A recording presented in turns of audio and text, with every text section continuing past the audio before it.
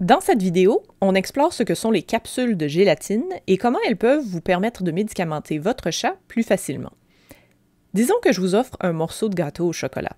On est dans une petite fête, vous bavardez avec des gens, vous riez en savourant votre gâteau, mais moi, j'ai caché une petite boule de sel dans le gâteau.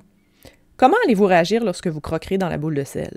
Vous allez probablement cracher tout ce que vous avez dans la bouche et chercher un verre d'eau en criant « Mais qu'est-ce que c'est ça? » Le sel, c'est pas toxique en petite quantité, mais vous vous attendez certainement pas à ce qu'il y en ait dans un gâteau au chocolat. C'est ce qui arrive quand on essaie de cacher un médicament dans de la nourriture. On empoisonne le gâteau. On empoisonne les gâteries qu'on essaie d'utiliser. Si le médicament ne goûte pas mauvais, votre chat est beaucoup plus susceptible de se médicamenter lui-même. Les capsules de gélatine sont faites pour qu'on puisse les ingérer et qu'elles se désintègrent, libérant leur contenu, une fois dans l'estomac.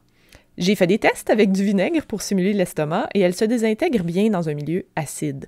Dans les dernières années, plusieurs vétérinaires ont fait des présentations où ils recommandent leur utilisation, dont la Dr. Denise Johnson, International Cat Care, l'International Society of Feline Medicine. Donc je suis confiante d'en faire ici la promotion, mais demandez quand même toujours à votre vétérinaire s'il y a une contre-indication à les utiliser avec le médicament qu'il vous a prescrit. Mes favoris sont celles de thrivingpets.com. Ça vient des États-Unis, donc faites attention aux frais postaux et de douane. Ce sont celles qui maintiennent le mieux leur intégrité.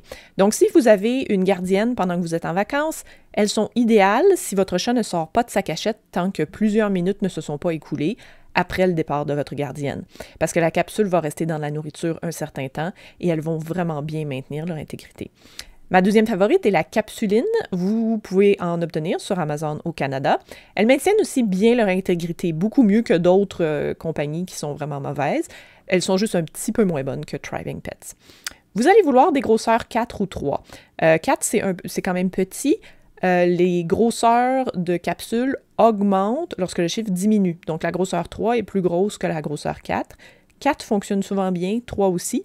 N'oublions pas que les chats sont capables de dévorer des souris entières. Donc, généralement, ils sont très bien capables d'avaler une capsule 3 ou 4. Si vous travaillez dans une clinique vétérinaire, je vous encourage à tenir en stock des capsules de gélatine et à les vendre en petits sacs de 10 ou 30 à vos clients lorsque vous leur prescrivez de la médication.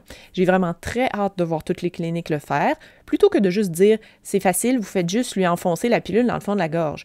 Vous allez bien mieux mettre vos clients en situation de succès si vous les aidez à enlever le mauvais goût de l'équation. À 2 cents la capsule, quand on en achète 1000, c'est quelque chose de très abordable à l'unité. Et on peut pratiquer avec les capsules vides avant d'en avoir vraiment besoin. Il restera ensuite simplement à ajouter le médicament dans la capsule le moment venu. Il y a plusieurs façons d'apprendre à votre chat à prendre ses médicaments lui-même. Pour une des façons, voir ma vidéo dans la carte qui apparaît en ce moment à l'écran. Le premier pas est d'enlever le mauvais goût du médicament et les capsules de gélatine sont l'outil qu'il vous faut pour y arriver.